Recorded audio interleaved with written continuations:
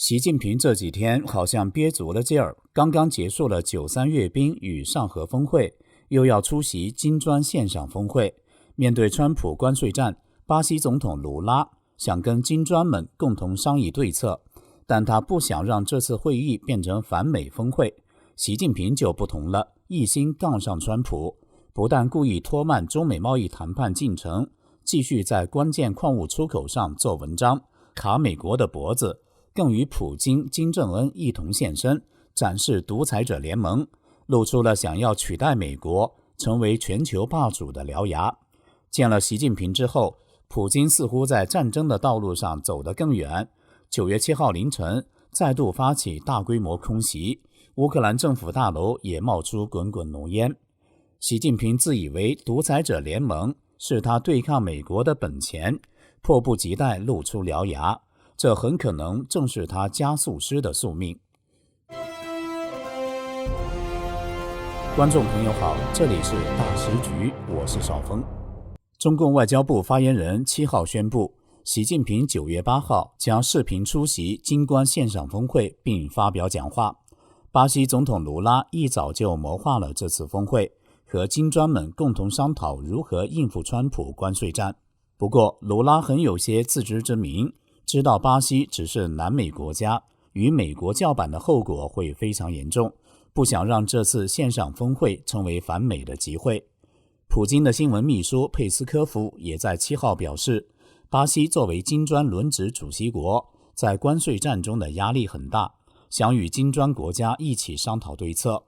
在川普眼中，金砖国家是一股反美力量，正试图创制金砖币取代美元。任何与金砖结盟的国家都将面临 10% 的额外关税。卢拉不愿硬杠川普，习近平就不一样了。刚刚开完上合峰会就进行大阅兵的习近平，野心剧烈膨胀。在北京阅兵式上，习近平与普京和金正恩同框的场面令世界震惊。独裁者联盟真的诞生了。难道中共、俄罗斯和朝鲜真的要联手占领全球治理的制高点，把美国挤下去？这3个国家加上伊朗被看作邪恶轴心，是世界动荡的根源。美国的哈尔布兰兹今年3月指出，中共、伊朗、朝鲜和俄罗斯正在攻击欧亚稳定的地区基础，战争或战争威胁已经无处不在。伊朗总统佩泽斯基安也出席了9月3号的北京阅兵式，还参加了在天津的上合峰会。中共、朝鲜和伊朗都是普京的对乌克兰战争的关键支持力量。去年底，朝鲜军队抵达俄罗斯库尔斯克地区，与俄军并肩作战。最近几周，倾泻在乌克兰城市和部队上的见证者无人机由伊朗设计，目前已在俄罗斯生产。中共对俄贸易让普京在西方制裁下奇迹般生存下来，是俄罗斯经济的生命命脉。在西方眼中，习近平、普京和金正恩并肩行走的画面极具象征意义，这是3人首次同框出现在镜头中。无论他们在其他方面有何分歧，他们把美国和西方主导的全球秩序看作实现自己民族抱负的绊脚石，想联手来搬走这块石头。习近平还宣布了一项全球治理倡议，试图以中共为核心挑战美国的地位。如今，习近平的全球治理倡议依然象形模糊，但在天安门展示的军事新装备却吸引不少眼球。中共官员声称，展示军力是以实力促和平，但中共没有受到任何外部侵略的威胁，展示武力的秀肌肉正是发动战争的信号。俄罗斯剧作家契科夫有句话说，如果第一幕墙上挂了一把枪，那么接下来的几幕里就必须开火。北京大阅兵明白告诉世人，习近平已经把枪挂在了墙上。普京见了习近平之后，似乎不再想结束战争的事情。他在4号离开北京之后，就赶到了俄罗斯的弗拉迪沃斯托克。这个地方在中国叫做海参崴，原本是大清帝国的领土。9月3号至6号，第10届东方经济论坛就在弗拉迪沃斯托克远东联邦大学校园举行，主题是远东为和平与繁荣而合作。9月5号，普京出席了这个论坛，还发表了讲话。中共与俄罗斯的关系似乎更密切了。中共官媒新华社7号的报道称，9月6号，李鸿忠作为中俄友好和平与发展委员会中方主席，在弗拉迪沃斯托克的中俄友好会议上宣读了习近平的贺词。俄国家杜马副主席亚罗瓦亚、委员会双方各理事会主席及代表80余人与会。在中俄友好的背景下，普京却在战争的路上越陷越深。纽约时报报道，7号凌晨，俄罗斯突破乌克兰防线，发动了开战以来最大规模的无人机袭击。一栋政府大楼被击中，部长内阁开会的大楼窗户喷出火焰，消防员乘直升机前往扑灭大火。乌克兰官员说，这是自2022年2月战争爆发以来，俄罗斯首次击中基辅的政府大楼。内阁大楼紧邻议会和泽连斯基办公室。总理尤利亚·斯维里坚科在社交媒体上发布了现场照片，显示走廊被烧焦，门被炸毁，电线悬挂。基辅市长克利琴科表示，一架被防空系统击落的无人机残骸似乎引发了大火。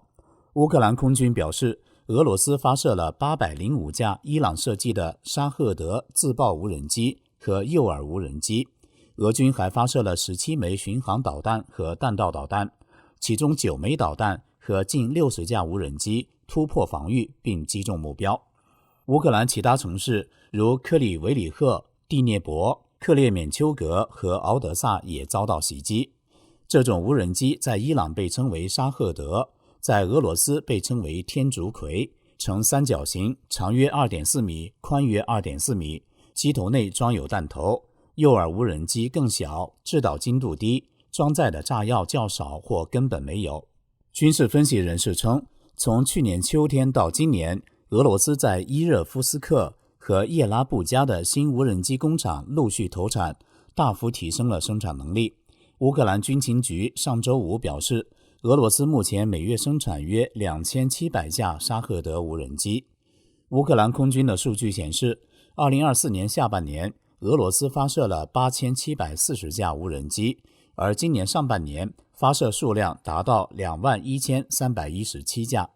华尔街日报9月6号报道，普京拒绝和平，他坚信在俄罗斯经济崩溃之前，乌克兰就溃不成军了。在俄罗斯再度发动大规模无人机袭击之际，习近平也放慢了与美国贸易谈判的脚步。华尔街日报报道说，中美贸易谈判进展甚微，虽然对话还在进行，中共却几乎没有任何让步。北京谈判团队核心成员李成钢最近访问华盛顿，并没有会见财政部长贝森特和美国贸易代表格里尔，只是见了财政部、商务部和美国贸易代表办公室的副部级官员。李成钢这次访问传递出习近平的最新指示，与川普政府保持接触，但几乎不做让步。一位熟悉李成钢此次访问行程的人说，这些会谈毫无成果。在拖慢贸易谈判进程的同时，中共还利用对氮化镓和其他关键矿物的出口管制，拖慢美国武器发展步伐。港媒南华早报报道，中国科学院物理研究所发布的一份报告称，中共在氮化镓半导体技术上处于领先地位，这隐藏着这种技术发展的暗线，正在重塑全球军备竞赛的格局。氮化镓已成为中共战略筹码。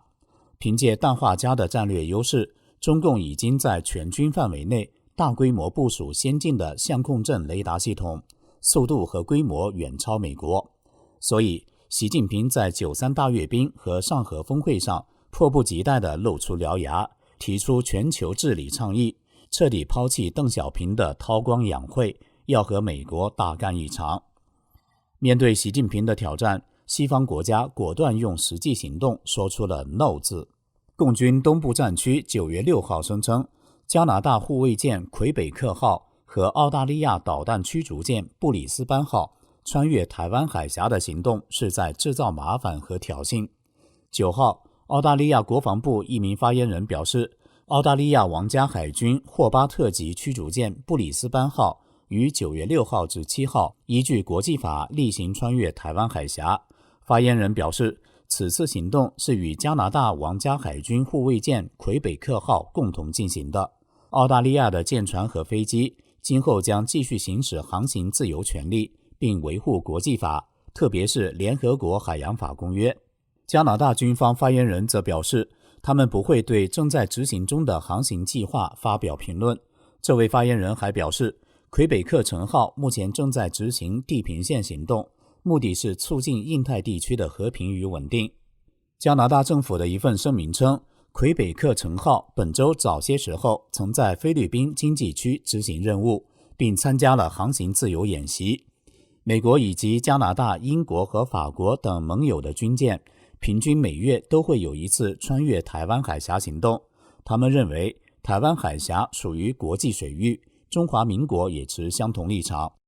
习近平告别韬光养晦，露出凶恶的獠牙，很可能正是他加速师的宿命。如今，在习近平和金三胖的忽悠下，普京再次对川普食言，战火还在继续。然而，这对中共来说可能不是什么好兆头。普京对西方并不信任，拒绝和平，反而推动战争升级。普京的决策将导致西方国家彻底丧失耐心，北约内部形成了前所未有的团结局面。法国总统马克龙9月4号与乌克兰总统泽连斯基举行新闻发布会，宣布以欧洲国家为主的26国正式承诺，将在停火或和平协议框架下向乌克兰部署军队。普京5号在海参崴举行的第10届东方经济论坛上说，如果北约部队进入乌克兰，将成为俄罗斯军队的合法打击目标。这样一来，俄乌战争的性质就变了，就成了俄罗斯与北约的战争。普京嘴上很硬，但俄罗斯加上朝鲜再加上中共，真能应付得了吗？从实力来说，北约成员国的 GDP 总量、科技水平和军工产能都是碾压俄罗斯的存在。俄罗斯除核武器外，在常规战场上很难与北约抗衡。从形势上看，如果北约加入战局，普京注定要以失败收场。在这次大阅兵仪式上，普京与习近平、金正恩同框现身，中共再也不能扮演中立国的角色了。一旦北约对俄罗斯公开宣战，俄罗斯将被看作全球秩序的最大威胁，任何国家对俄罗斯的支持都会被视为敌对行为。中共会遭遇比俄罗斯更严酷的外交孤立，与俄罗斯一道成为国际弃儿。中共敢公开参战吗？要知道，与美欧日澳等发达国家为敌，后果可想而知。中国经济高度依赖国际贸易，一旦陷入战争，供应链和金融系统将立即崩溃，中共将不复存在。这里是大时局，感谢您的陪伴与思考，请订阅、分享并打开小铃铛，一起在动荡中坚守真相，在黑暗中点燃希望。